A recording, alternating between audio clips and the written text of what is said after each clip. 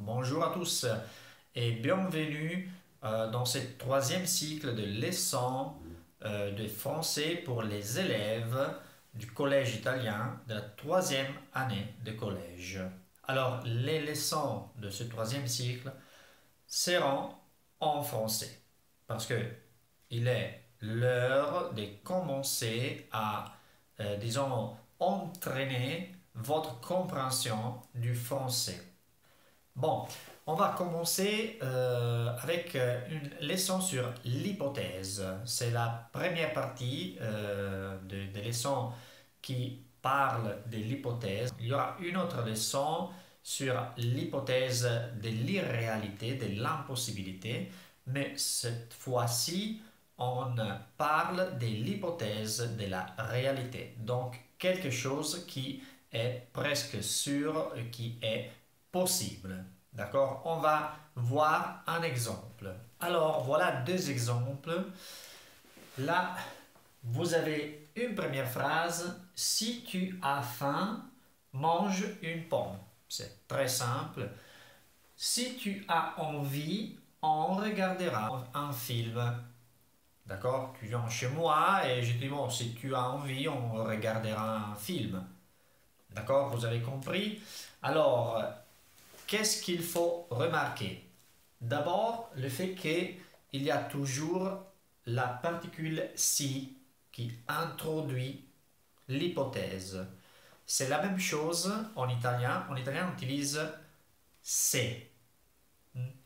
Se hai fame, mangia una mela. Se hai voglia, guarderemo un film.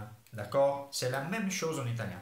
Et en français comme en italien, le verbe de la phrase principale, ça peut être au présent de l'indicatif ou au futur. Voilà les deux possibilités.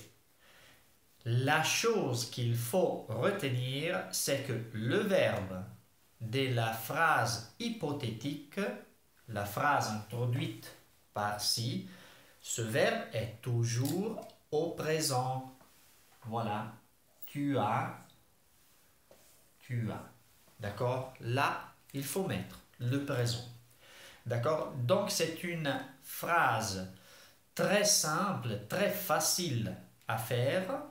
Il faut juste se rappeler que la particule à utiliser, c'est la particule si. D'accord? Bon. Il y a une petite particularité qui concerne les sujets des troisième personnes, singulière et pluriel. On va voir tout de suite. Alors voilà quelques exemples. Comme vous pouvez voir, on peut faire l'élision de la particule si uniquement avec il au singulier ou au pluriel. Mais avec le féminin, elle, on ne peut pas faire l'élision. Vous voyez, on dit s'il veut passer l'examen, il doit étudier. Si elle veut passer l'examen, elle doit étudier. Vous voyez, là, il y a l'apostrophe, là, non.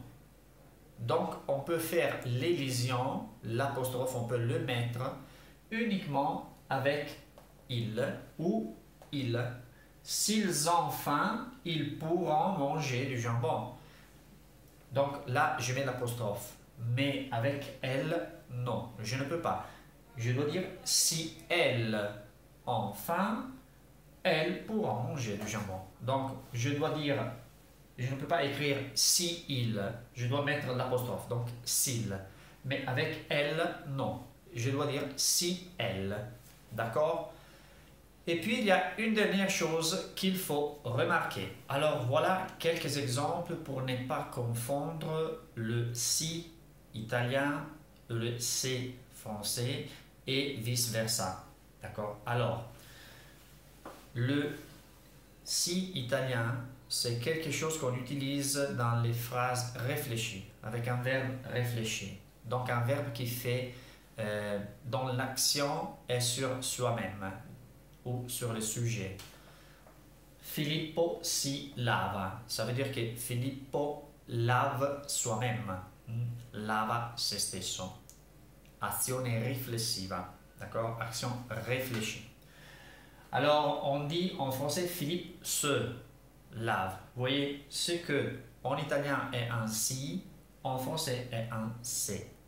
Se. D'accord? Parce que la prononciation correcte est se.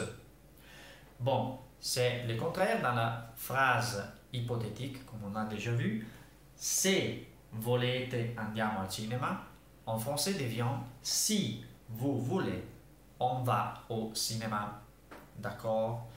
Alors, quand en italien on utilise si pour une action sur soi-même, en français ça devient se.